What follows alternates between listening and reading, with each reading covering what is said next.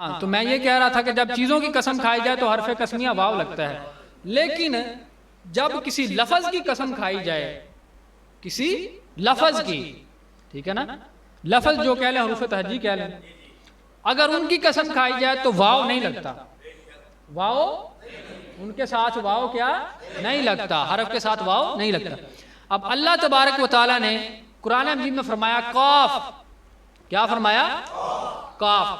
اب کاف جو فرمایا کہ جب لفظ آ جائے تو پھر حرف قسمیہ واو کی ضرورت نہیں پڑتی، بلکہ وہ لفظ خود قسم بن جاتا ہے، وہ لفظ خود الٹیمیٹلی وہ قسم بن جاتا ہے، ٹھیک ہے نا۔ اب کاف کا معنی کیا ہے؟ حضرت عبداللہ ابن عباس رضی اللہ تعالیٰ عنہ سے پوچھتے، وہ فرماتے ہیں کہ کاف حروف مقطعات میں سے ہے۔ حروف مقطعات آپ نے دیکھا ہوگا نا، تختیوں پہ عموماً سینریاں وغیرہ بھی ہوتی ہیں، فریم ہوتے ہیں، ان میں حروف مقطعات قاف، صاد، کاف، ہا، یا، عین، صاد، نون، ٹھیک ہے نا، ہا، میم، ٹھیک ہے نا، تو یا، سین، اس طرح اپنا یہ حروف مقطعات ہیں، ٹھیک ہے نا۔ انہیں کیا کہتے ہیں؟ ہاں، انہیں لکھا تو اکٹھا جاتا لیکن یہ پڑھے علیحدہ علیحدہ جاتے ہیں، یہ ان کی خاصیت ہے کہ علیحدہ علیحدہ پڑھنا، انہیں لکھے اکٹھے جاتے ہیں۔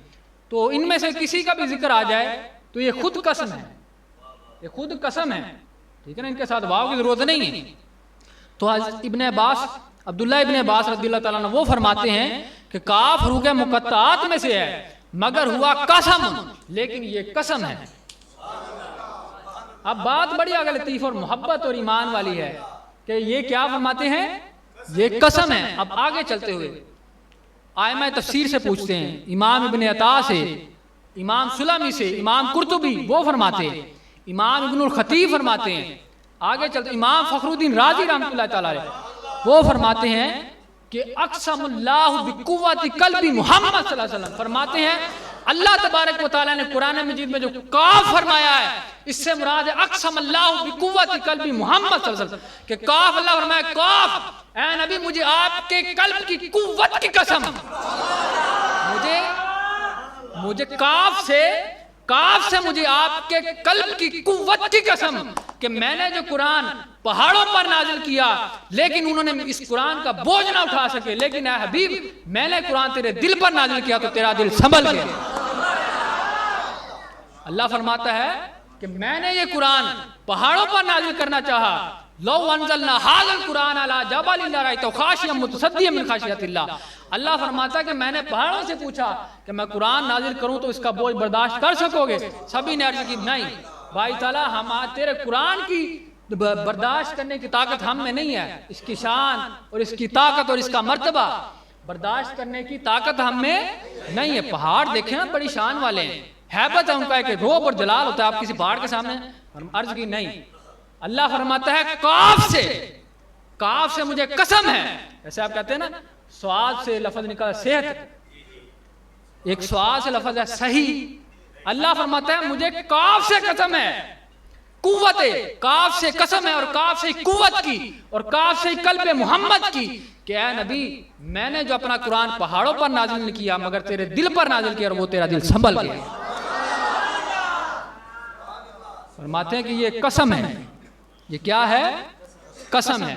اللہ تبارک و تعالیٰ نے اپنے حبیب کے قلب کو اس قدر طاقت اور منور فرما دیا تھا، اور آپ کے باطن کو اس قدر قوی کر دیا تھا کہ یہ تو قرآن تھا نا، یہ تو قرآن تھا، یہ کیا تھا؟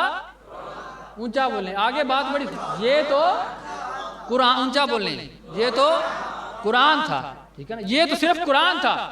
اب آگے چلتے ہیں، آقا علیہ الصلوۃ والسلام یہاں قرآن نازل ہوا، آقا علیہ الصلوۃ والسلام ساتوں آسمانوں سے اوپر، سبع سماوات سے اوپر، عرش الہی سدرۃ المنتہا سے اوپر، عرش الہی سے اوپر جب اپنے باری تعالیٰ، اپنے خدا واحد اس رب ذوالجلال کی بارگاہ میں بالکل سامنے ہوئے، فکان قاب قوسین او ادنی، اور صرف 2 کمانوں سے بھی کم فاصلہ رہ گیا، فاوحی الی عبدہ ما اوحی، آقا علیہ الصلوۃ والسلام نے تو جو وہاں وحی ہوئی تھی وہ بھی اٹھا۔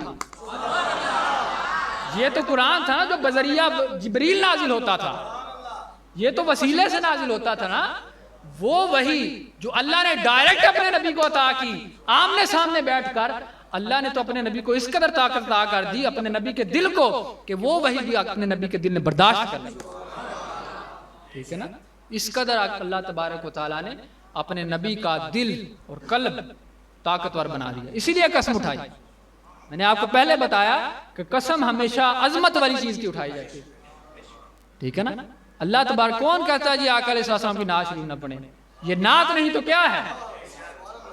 اللہ اپنے نبی کے قلب کی قسمیں اٹھا رہا ہے. اللہ اپنے نبی کے قلب کی قسمیں اٹھا رہا ہے کہ حبیب میں نے قرآن نازل کیا, تیرا دل سنبھل گیا ہے. ٹھیک ہے نا. اب آگے چلتے ہوئے قرآن مجید فرقان حمید میں اللہ تبارک و تعالیٰ نے یہ ارشاد فرمایا کہ یاسین, اللہ نے کیا فرمایا؟ یاسین والقرآن الحکیم انک لمن المرسلین. صدق اللہ العظیم.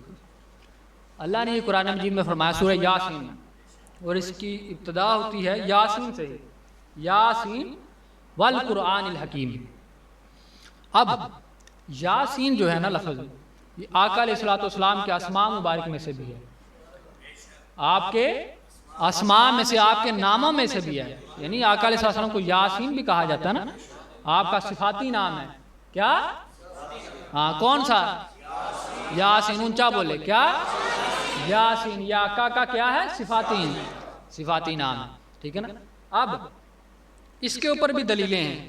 ٹھیک ہے نا, یہ آقا علیہ السلام کے نام نامی کے اوپر. ٹھیک ہے نا. اور حمیری نے اپنے ایک شعر میں بھی یہ بات بیان کی ہے.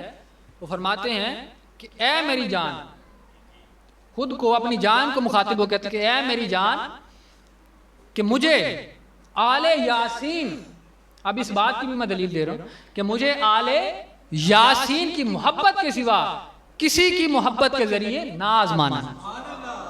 اگر آزمائش کرنی ہے میری جان تو نے, تو مجھے آل یاسین یعنی آل محمد کی محبت کے ذریعے آزمائش. ٹھیک ہے نا. اللہ تبارک تعالیٰ نے قرآن مجید میں فرمایا نا سلام علی یاسین, کہ سلام ہو یاسین کی اولاد پر, سلام ہو یاسین کی اولاد پر. اللہ تو اپنے نبی کی اولاد پر بھی سلام بھیج رہا ہے, اور کہتے ہیں کہ جی سلام نہ بھیجو, سلام علی یاسین, کہ آل یاسین کے لیے سلام. دیکھیں نا, اللہ تبارک و تعالیٰ تو اپنے نبی کی آل کے لیے, اولاد کے لیے بھی سلام بھیج رہا ہے, اور ہمیں کہتے ہیں کہ جی نبی پر سلام نہ بھیجو. یہ کہاں سے بات آ گئی؟ ٹھیک ہے نا. بس یہ بات سمجھنے کی ہے, کیونکہ اچھائی جو ہوتی ہے نا, اچھائی یہ آسانی سے حاصل نہیں ہوتی, اچھائی آسانی سے نظر بھی نہیں آتی, کیونکہ برائی کی طاقت زیادہ ہے, برائی کی طاقت زیادہ ہے. ٹھیک ہے نا. آپ کو میں مثال دیتا ہوں, وہ کس طرح کو انڈے رکھ لیں, انڈے رکھ لیں 5 یا 6 انڈے کسی برتن میں, اس میں ایک گندا انڈا رکھ لیں. وہ گندا انڈا جو ہے وہ دیگر انڈوں کو بھی خراب کر دے گا. 4-5 سیب پڑے ہیں برتن میں, آپ ایک برا اور گندا اور داغدار سیب وہ اس میں رکھ دیں, وہ تمام سیب خراب ہو جائیں گے. اسی طرح ہی ہوتا نا, وہ تمام سیب. اب چاہیے تو یہ تھا نا کہ بھائی جو 5 یا 6 انڈے تھے اچھے یا سیب, وہ چاہتے تو ایک برا تھا, اسے بہتر کر دیتے. بات سمجھ آئی؟ وہ چاہتے تو جو ایک تھا وہ اتنے زیادہ اور ایک یہ برا, چاہتے تو وہ نیک جو تھے, وہ اچھے جو تھے, وہ اس ایک گندے انڈے کو اچھا کر دیتے. ٹھیک ہے نا. لیکن ایسا کیوں نہ ہوا؟ کیونکہ برائی کی طاقت زیادہ ہوتی ہے. ایولنس اسے کہتے ہیں انگلش میں, ایولنس یعنی شیطانی طاقت یہ زیادہ ہوتی ہے. اچھائی کی اور نیکی کی طاقت ہمیشہ کم ہوتی ہے. ٹھیک ہے نا. اسی لیے تو اچھائی کا غلبہ دیر سے ہوتا ہے اور تدریج سے ہوتا ہے, مگر دیر پا ہوتا ہے, مگر دیر پا ہوتا ہے. ٹھیک ہے نا. برائی ہمیشہ نہیں رہتی, کہتے ہیں نا ظلم جب بڑھ جائے ختم ہو جاتا ہے. ٹھیک ہے نا. اسی طرح آپ دیکھ لینا کہ 4-5 اچھے نیک آدمی ہیں, ایک برا ان کے پاس آیا. ٹھیک ہے نا. اب صحبت یہ ہے کہ چاہیے تو یہ ہے نا کہ وہ 5-6 بندے اسے نیک کریں ایک میٹنگ میں ہی, پہلی ملاقات میں. لیکن نہیں, ایسا نہیں ہوتا. پہلی ملاقات میں وہ برا آدمی نیک نہیں بنتا. ایسا ہی ہوتا نا, آپ اپنے پاس کسی برا بندہ کو شرابی کبابی بٹھا لیں تو ایک میٹنگ میں ہی آپ سے وہ متاثر نہیں ہوگا, کیونکہ برائی کی طاقت ہمیشہ زیادہ. لہٰذا ان لوگوں کے نزدیک جو برائی ہے وہ بہت زیادہ ہے, اس لیے انہیں آقا کی شان نظر نہیں آتی, جو اچھائی ہے وہ نظر نہیں آتی, وہ صرف اس بات کو دیکھتے ہیں جہاں سے تنقید کا پہلو نکلتا ہے. اللہ ہم سب کو ہدایت عطا فرمائے. اب آگے چلتے ہوئے اس بارے میں یہ بھی صحیح اور درست روایت ہے کہ یاسین کے بارے میں کہ یہ فرمایا گیا ہے کہ یاسین جو ہے آقا علیہ الصلوۃ والسلام کے نام نامی میں سے ہے. اور پھر النحاس نے حضرت اکرمہ رضی اللہ تعالیٰ عنہ سے یہ قول بیان کیا ہے, یہ قول بیان کیا ہے کہ اللہ رب العزت نے یاسین اور قرآن مجید, یہ دو چیزیں, یاسین اور قرآن مجید کے ذریعے کیا کیا, آقا علیہ الصلوۃ والسلام کی رسالت کی قسم کھائی, آقا کی رسالت کی قسم کھائی.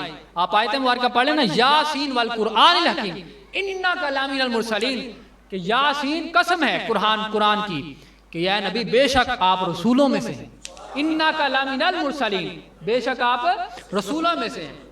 یعنی آگے چلتے ہوئے مزید دیگر روایتیں ہیں کہ نقاش نے یہ کیا بیان کیا ہے کہ اللہ تبارک و تعالیٰ نے دیگر انبیاء کرام جو ہیں ان میں سے کسی نبی کی رسالت کی قسم نہیں کھائی, جتنے بھی, ٹھیک ہے نا, جتنے بھی کل انبیاء کرام نازل ہوئے, ٹھیک ہے, ان میں سے کسی کی رسالت اور نبوت کی قسم ہے اللہ نے قسم اونچا بولے نا, اللہ کی رسالت نبی کی رسالت کی قسم نہیں کھائی. تو فرماتے ہیں اگر کھائی ہے تو فقط مصطفیٰ کی قسم کھائی. انک لمن المرسلین, کیا نبی یاسین اور قرآن کی قسم کہ بے شک آپ رسولوں میں سے ہیں, قسم کے ساتھ اپنے نبی کی رسالت کو ثابت کیا.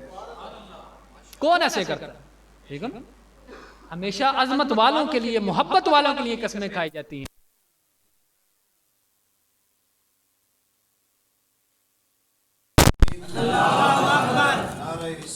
یا رسول اللہ, نعرہ تحقیق, حیدری, آستانہ عالیہ مقام شریف, نبی اعظم ہے اور رسول اعظم ہے, ٹھیک ہے نا. تو اللہ تبارک ایسے نہیں آقا کے میلاد ہوتے, آقا کی شان بیان ہوتی, یہ اللہ کا حکم ہے, ہم خود سے نہیں کرتے.